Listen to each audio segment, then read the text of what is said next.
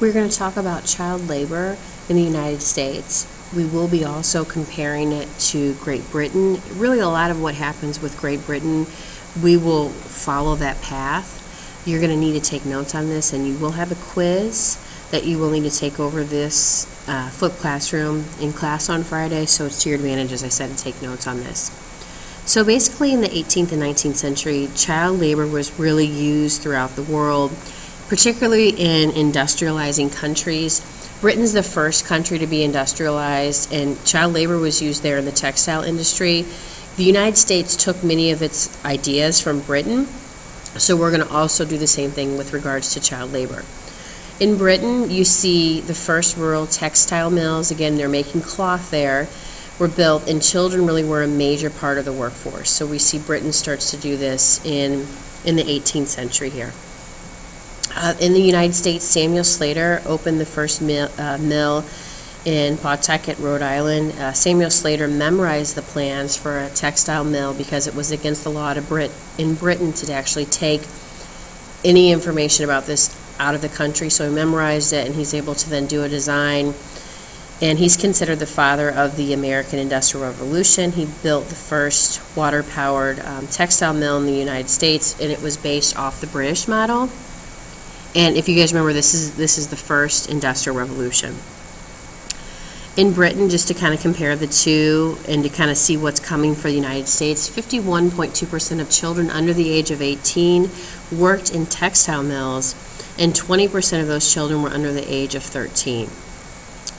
In the United States, though, when children start to work, and it really just starts with women are going to be working more, and if you have both parents that are working, women are going to just naturally take their children to work, and then they're going to work with them.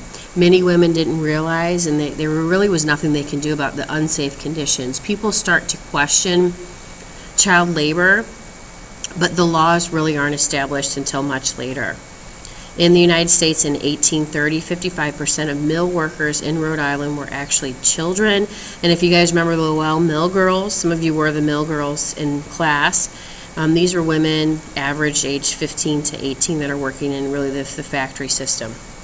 In the United States, the first state child labor law was established in Massachusetts, and it said that children in Massachusetts under the age of 15, they had to attend school for 3 months, therefore they cannot work.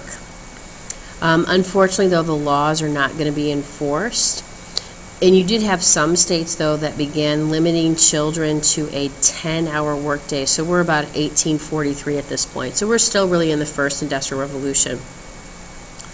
As we go through the second Industrial Revolution, so we're talking 1870s to the turn of the century, there is a National Labor Law Committee that's formed, and their main objective is child labor. Like something needs to be done. And you see this picture of this child working as a spinner. A lot of the pictures that you're going to see are actual photographs that were taken during the second Industrial Revolution, so anywhere between 1870 probably to about 1910. And these are children working, and many photographers would take these pictures to document the fact that children are actually working. When we go through these pictures, you just get an overall sense of what's going on. You're not going to need to know that his name was Furman, but what's going on with child labor? How young are these people? What are some jobs that they're doing? This boy is 12 years old. He can't read. He actually says he doesn't know his ABCs. He wants to learn, but he can't because he has to work all the time in the mill. This young lady here, she is one of the spinners in the Whitnell Cotton Mill. She was 51 inches high. She has been in the mill for 1 year, and she sometimes works at night. And she will run 4 sides of a mill, so you can start to see that if all the thread and things to the left, on the left side of the picture, she would have to fill all of those and replace any missing spools. And she makes 48 cents a day. These lovely ladies here are working in a manufacturing company, actually a tobacco mill in Macon, Georgia. These are teenage girls that obviously are not attending school because they are forced to work. If you notice this girl's shirt, it seems that from the picture in the photographer's notes that her right arm seems to be a little bit longer than her left arm. It's hard to tell, but she spoke to the photographer about how her arm was caught, and it was there for several minutes until they were able to get it out. She felt like her arm was stretched out, but we don't know for exact certain. This boy right here, his name is Joe Bowden, and he was a back roper in the mule room in a cotton mill in Vermont. He's 13 years old. Looking at this young lady here, the overseer of the factory said that this girl just happened in and she just started working. He never really hired her. He didn't know where she was from. And he claimed that a lot of young children would just come in and he would start to put them into work. They were often helping their sisters or siblings, and she lives in South Carolina. You will see also during this factory system that you can just look and see all the young children that are working. Maybe mothers are nearby, but you really couldn't have any contact with your family, and the work was hard, and children would sometimes, after working a 12-hour day, would get tired, and you can see pretty easily how injuries can happen.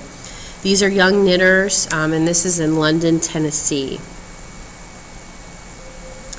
Now we're moving on to really probably the most dangerous job in general, not just for children, but a very dangerous job in working in the coal mine. At the close of the day, many of these men are waiting for the cage to go up, and the cage is open really on two sides, and it's not very well protected on the other two, and it's usually really crowded. There's a small boy in the front. His name is Joe Pomo, and he is from Pennsylvania. So this is a young boy that's working in the coal mines, very front picture. Also, you're going to see this is a view of a breaker in the Pennsylvania Coal Company, and you can see that the dust is at times so dense that it obscures the view and it penetrates the boy's lungs. And you typically had somebody that would stand over you. They call them a slave driver. They'd kick them, punch them, tell them to work hard and things like that. But hard to breathe, a lot of people will die of black lung. And here we have young Harvey, who appears to be between the age of 12 and 14. He said he's working here for about a year, and he says it's hard work and it's dangerous. And this is located near Tennessee. And we're going to continue again looking at different coal miners. You will see that these are breaker boys. They're working for the Pennsylvania Coal Company. One of these boys is James Leonard, another is Stanley Ramses. And they are, again, looking exhausted, very dirty. Look at some of the things they're going to be breathing in after a hard day's work. This boy is actually from St. Louis, Missouri. His name is Tony Castle. He's age 11. He's been selling newspapers for about 4 years. Sometimes he will sell newspapers till about 10 o'clock. And he was able to show the photographer the marks on his arms where his dad had bitten him for not selling more papers. And he also commented that drunken men say bad words to me. This is also from St. Louis. He's 5 years old. This is Francis Lance. He's 41 inches high. He jumps on and off a moving trolley at the risk of his own life. So obviously he's a newsie. He's selling newspapers. Also from St. Louis, this is really a little after midnight. A newsboy is asleep on the stairs with his papers. This young boy, his name is Manuel. He's a young shrimp picker, age 5, and you can see the oyster shells behind him, and obviously the fact that he's wearing no shoes and again has been working pretty hard. Moving on with our girls here, Camilla, age 7, and Justine, age 9. They pick about 4 pails of berries a day, and this is in Rochester, Massachusetts. Oftentimes many would have to work in a family business. Oftentimes it would be in just a home, and you can see that these boys are going to be making cigars and rolling cigars. They're young cigar makers. They look like they're under 14. Many times the labor leaders would hire small boys and girls, and the youngsters were obviously all allowed to smoke, as you can see here.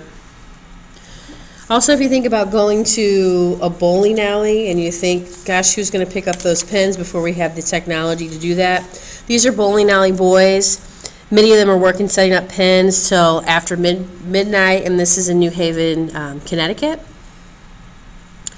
So you're going to see that really, because after the industrial age, as more and more people work, that at the end of that time period, like right before World War I, there are people during the progressive era that start to try to get these children out of the workplace. And there is a new federal child labor law sets a minimum age for employment, but it's declared unconstitutional. So again, children are still going to be working. Let's try to find out just generic factory conditions that you can write down for children in Britain and in the United States in the 18th and 19th century. Factory owners would prefer using children for some tasks because of their small size, and it's more profitable for them to employ children than skilled adults because they can pay the children much less. In Britain, what they did, they would often purchase orphans who would work for very low wages. The problem, though, is that a lack of sleep. And on average, like in Britain, the work day was 18 hours. In the United States, it gets to be an average of 12. And then you can see towards the end of the day, the children get tired, and you're going to see mistakes and also injuries. Some children are both mentally and physically abused by their supervisor, and their safety is really neglected because if you are a foreman, if you are a factory owner, your main concern, number one, is your profit. So I would say finally, in 1938, the minimum age for ages of employment and hours for children laborers are regulated by federal law, and there's going to be a big push for children to attend and to go to high school. We're going to set up minimum ages for truancy, 16 years old and things like that. Ask yourself, do you know any children who work today, either being paid by someone through the system or actually being paid cash on the side? Do you think there's a difference between child labor today and child labor during the Industrial Revolution? We will talk about this in class on Friday after you take a short quiz using your notes.